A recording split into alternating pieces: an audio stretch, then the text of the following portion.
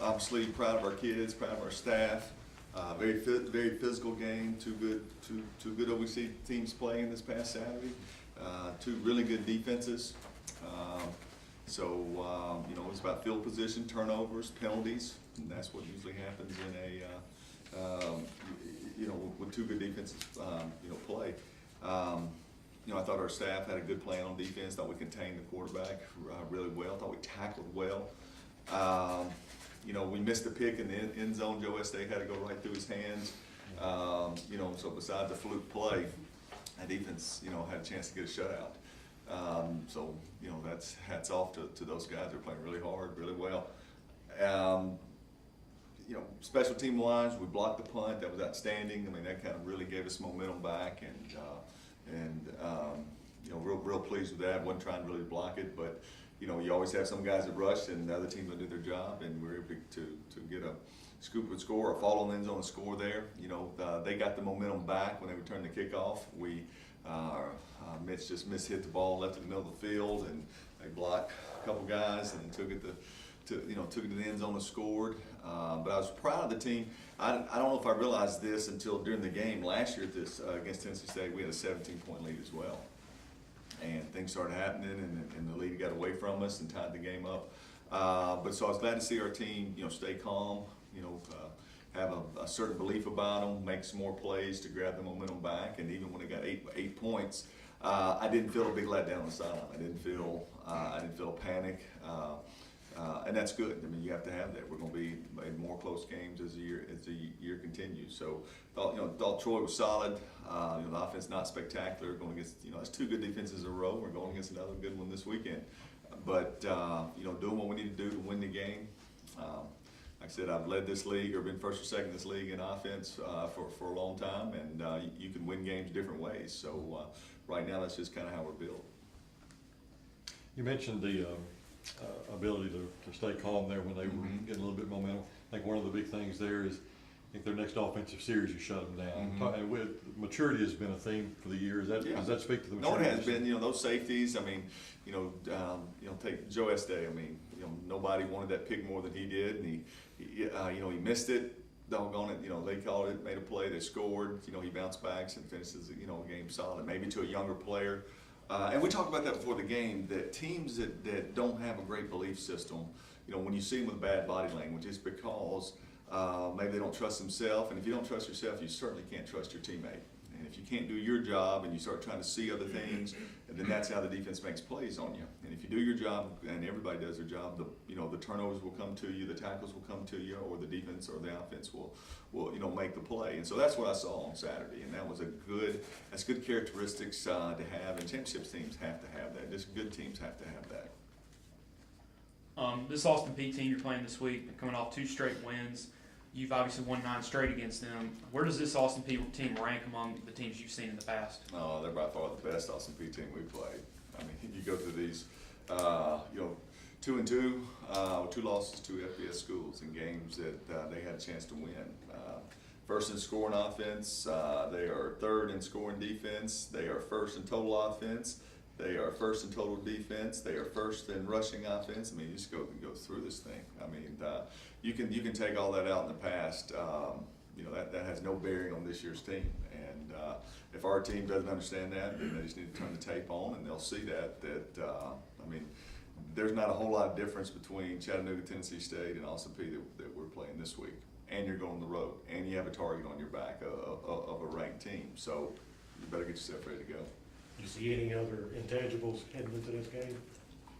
Well, they have a running quarterback who can throw the football and very accurate. They do some good stuff on offense that causes you some problems. They're multiple on defense. With Brandon Cooper being the defense coordinator, he used to play here for us. I think a lot of a great person and a good football coach. That's they got good schemes, and they've had good recruiting classes the last couple of years. And so they've done a good job. I mean, they're good. They're a good team. You just look at the numbers. The numbers don't lie when it comes to who they played on their schedule. And this year especially, you've talked about this team being mature. They're an older group at your veteran positions. how much do you need that maturity this week going in against an opponent, Yeah. Austin P, that has a different name than the team they are this year? Yeah, no, you're right. You'll have to, that maturity will certainly have to kick in this week. I mean, it's not you're not sitting around here just waiting for Jacksonville State. I mean, you've got 6 other quality opponents you got to line up and play against, and this being one, and on the road in the second leg of the Sergeant York Trophy. So, that will be preached all week long. That will be preached all week long, and we'll have to be mature about it and line up and play. Like I was talking to the coaches about today, we have a smart team, so as they watch tape, they understand what they're going against. We just got to make sure it's not Wednesday before they realize the tape's not lying to them. They're seeing a good team. They're seeing a team that can score, a team that can stop the run. They're first in pass defense. Okay, so we got to make sure they see that today when they walk in. And I've altered our schedule a little bit today to make sure that happens of how we're going to watch tape and how we're going to practice. You want to stay in the same routine, but you also need to understand are you home, are you away, what is the mindset of your team, and I felt like that's something I needed to do today.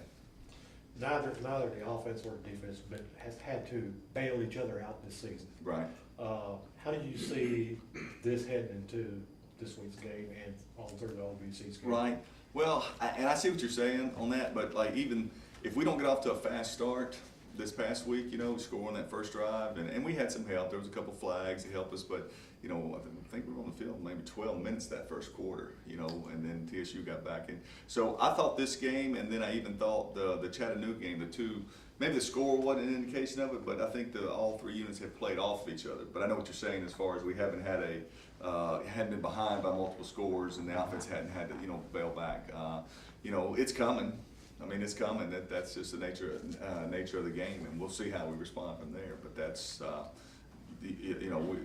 I talk to the kids all the time about each game is different. Each game has its own script, and every play determines how that story is written. Okay, but the next page is not written. Okay, because that next sentence you have a chance to alter the story about how you play the next play, how you avoid a penalty. So that's what's neat about this game is there is no matter how tall, how fast, how strong, there is no discrimination when it comes when the ball snaps. I mean, there's not. It's how you played that particular play with leverage and physicality and with intelligence, and that's what's real neat about this. When you look at what you've done against the last 2 quarterbacks, should that be a confidence builder for what you're going to see? Yeah, I think this one's similar to the TSU quarterback from the standpoint of a runner and a thrower. All right, I think the difference is TSU didn't really want to run their quarterback. It was more of a scramble situation. Also, P wants to run both their quarterbacks. I mean, that offense is designed for in a triple option type world. Okay, whether it's the power read or whether it's the zone read with pitches. I mean, they're going to show you different sets and different ways that you're going to have to be responsible for dive, quarterback, and pitch. And so that's the difference this week to where they're okay with him running it 10 to 15 times a game to win the game. Start of the season, you had Clarion, but then you had an SEC opponent, you had a ranked opponent, another ranked opponent. Not to diminish any other team, but it gets back to your kind of rallying cry, beat the game. Could you elaborate on that as you move forward? Yeah, we've done a better job with that, probably than many of the years. We're going down from a penalty standpoint down to just 29 on the year, and that was a big difference. Tennessee State averaging 104 yards a game. Okay, I mean that's a big difference when it's a close game, and you're throwing out those 15-yarders and flipping the field. That's like another possession at times. So it starts from there, then it works its way down to field position. Troy, our quarterback, taking care of the football, throwing the ball away, just handing it off, and letting our punt team come out there. Everything that has ever been created, an analogy from the history of football, you see it. You see it every week, and but not only just from a down and distance. There's sometimes that if they're going to play us man coverage, then we got to throw the ball at Kalen Weathers, and we did that today. Or we did that on Saturday. I mean, that's beating the game there to where the box is loaded. They got man coverage on our 6'5" guy. We've got to throw him the football, and he went up and made a play. So those things continue to be, you know, part of beating the game. Taking away some big passes, letting the quarterback from TSU, you know, scramble and get 5 or 6 yards, rallying and tackling him, right? Not coming up too early to allow them to throw the ball, you know, over your head, because understanding, you know, understanding the situation of the game. Very, very proud of our coaches and our staff to keep believing in that and understand it starts with that before you can even get to your opponent. Now, this is a different deal this week because this is the most, on defense, it's the first time that our defense has been challenged where they've got to be so responsibility oriented because of the different option responsibility football that they give you, right? Against Chattanooga, right? It was, we knew empty was coming. We knew the quarterback was going to scramble, you know, out of the pocket. We knew the same thing was going to happen, you know, this week, okay? Now, going into the Austin Peay game, like I said, that is more, you know, will you be able to play fast? Will you be able to play physical, but knowing that you've got the dive, or knowing that you've got the quarterback, or knowing that you've got the pitch, and to be able to line up and do it over and over and over, because, you know, 3 plays can equal 21 points, kind of like they did to Murray this past week. Beating the game, does that also maybe include, a lot of times I saw Saturday, a lot of backside tackles, forcing another snap? Is that part of that process? Man, it is. It is. You know, it's. I'm happy I tell Hankins, our defense coordinator, okay, I don't care about total defense. I care about scoring defense, and I care about turnovers. We believe that college football is about scoring defense. Okay, I don't care if they get 400 yards, but if they only score 20 points, we ought to have a chance to win.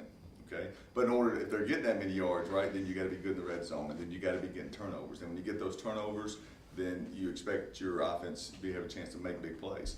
Okay, I don't think it's, you know, if you lead the league in offense, that's great. Okay, but it's got to be scoring offense, which plays off of your defense and plays off of your special teams. So that's how we're built, and needs to continue. Anything else? Thanks, Coach. Hey, thanks, guys.